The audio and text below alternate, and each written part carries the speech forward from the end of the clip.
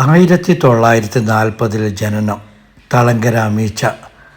ഒരു തളങ്കര ഫാമിലി എന്ന് വെച്ചാൽ വലിയ പേരുകെട്ട കേളികെട്ട ഫാമിലിയാണ്.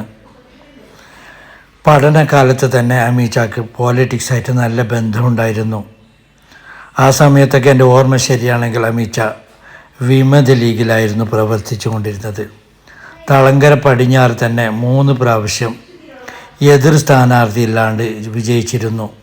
2 പ്രാവശ്യം എതിർ സ്ഥാനാർത്ഥിയായിട്ട് ലീഗിൻ്റെ സ്ഥാനാർത്ഥിയോട് പരാജയപ്പെട്ടിരുന്നു. 1980-88 കാലഘട്ടങ്ങളിലായിരുന്നു മത്സരം. പിന്നീട് അമീച്ച ലീഗിലേക്ക് മാറിയിരുന്നു. എല്ലാ മേഖലയിലും അദ്ദേഹത്തിൻ്റെ കഴിവ് തെളിച്ചിരുന്നു. മാലിക് ദിനാർ പള്ളിയിൽ സെക്രട്ടറി ആയിട്ടും ദഖീറത്ത് ഹയർ സെക്കൻഡറി സ്കൂളിൽ മാനേജറായിട്ടും എത്തിങ്ഖാനയിലും മാനേജറായിട്ടും വർക്ക് ചെയ്തിരുന്നു. അത് ഇതന്നെ 88-ല് 95-ല് പിന്നെ അതിന് മുന്നേ 80-ല് മജീദിന്റെ മത്സരത്തിൽ തോറ്റ് മജീദ് വായിച്ച് 1980-ല്. അതിന് പിന്നെ ഞാൻ തന്നെ ഉണ്ടായിരുന്നു 80 വരെ.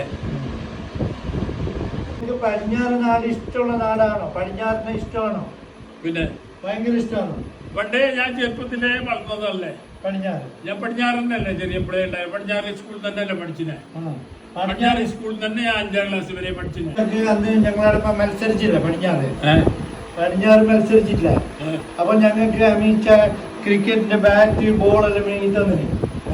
അത് എനിക്ക് ഇപ്പൊ ഓർമ്മയുണ്ട്.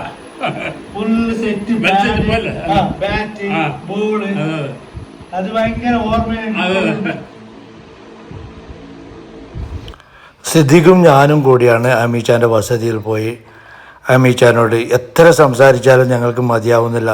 പഴയകാല ഓരോ ഓർമ്മകളും ഞങ്ങളിങ്ങനെ അയവ് വരുത്തുകയായിരുന്നു. നിങ്ങളോട് കണ്ടതിലും സംസാരിച്ചതിലും വളരെയധികം നന്ദിയുണ്ട്. എല്ലാം നന്ദി, നിങ്ങൾക്കും നന്ദി. ഞാൻ അള്ള പഠിച്ചതെല്ലാം നമ്മളെല്ലാവരും കയ്യിലാക്കട്ടെ. ഇല്ല ഞാനും നിങ്ങൾ എല്ലാം ദ്വാരിക്കണം. അമീച്ചക്ക് സ്വല്പം ചെവി കേൾവി കുറവാണ്. അതുകൊണ്ടാണ് കൂടുതൽ ക്ലോസ് ആക്കിയിട്ട് സംസാരിക്കുന്നത്. Have A nice day. Good bye. Bye bye bye.